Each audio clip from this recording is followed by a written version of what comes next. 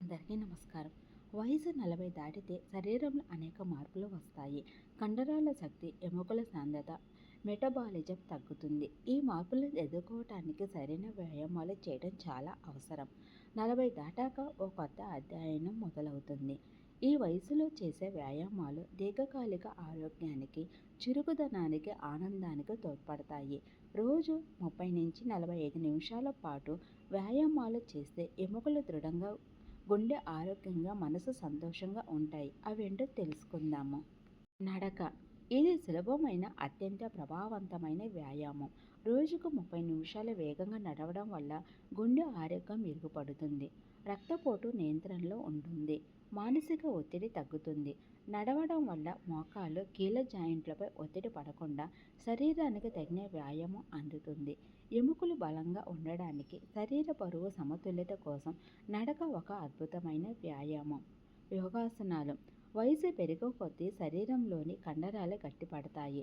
యోగాసనాలు ఈ గట్టితనాన్ని తగ్గించి జాయింట్లను దృఢంగా మారుస్తాయి.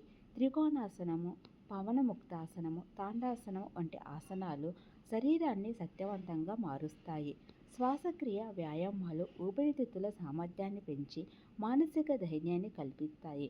నిత్య జీవితంలో కూర్చోవడం, లేవడం, నిల్చోవడంలో సహాయపడతాయి. ఎముకల సాంద్రత తగ్గిపోకుండా కూడా ఇవి రక్షణ ఇస్తాయి.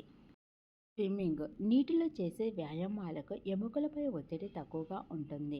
స్విమ్మింగ్ మొత్తం శరీరంలోని కండరాలను పని చేయిస్తుంది. ఇది ఒక అద్భుతమైన కార్డియో వ్యాయామం కూడా. హృదయ స్పందనను నియంత్రిస్తుంది, శరీరం సామర్థ్యాన్ని పెంచుతుంది. మోకాలు, వెన్నుముక నొప్పి ఉన్నవారికి ఇది చాలా అనుకూలమైన వ్యాయామం. ప్రాణాయామం. వ్యాయామం అంటే కండరాల కదలిక మాత్రమే కాదు. ప్రాణాయామం వంటి శ్వాస వ్యాయామాలు శరీరానికి ప్రాణాన్ని పోస్తాయి. రోజుకు 10 నుంచి 15 నిమిషాలు ప్రాణాయామం చేయడం వలన రక్త ప్రసరణ మెరుగుపడుతుంది, శ్వాసక్రియ సరైన పద్ధతిలో జరుగుతుంది, మనసు ప్రశాంతంగా ఉంటుంది. ఇది శరీరంలోని అన్ని అవయవాలకు ఆక్సిజన్ సరఫరాను పెంచుతుంది. ఏదైనా వ్యాయామాన్ని ప్రారంభించే ముందు వైద్యుల సలహా తప్పనిసరిగా తీసుకోవాలి. ఆరంభంలో తక్కువ సమయంతో పాటు వ్యాయామం చేసే క్రమంగా సమయాన్ని పెంచాలి. వ్యాయామం చేసే సమయంలో కీళ్ళు, కండరాల్లో నొప్పి వస్తే వెంటనే ఆపేయాలి. తగినంత నీరు తాగాలి. వ్యాయామం ముందు, తర్వాత కూడా వార్మప్ చేయడం మర్చిపోవద్దు. ఇంకెందుకు ఆలస్యం, మీరు క్రమం తప్పకుండా వ్యాయామం చేసి ఆరోగ్యంగా జీవించండి.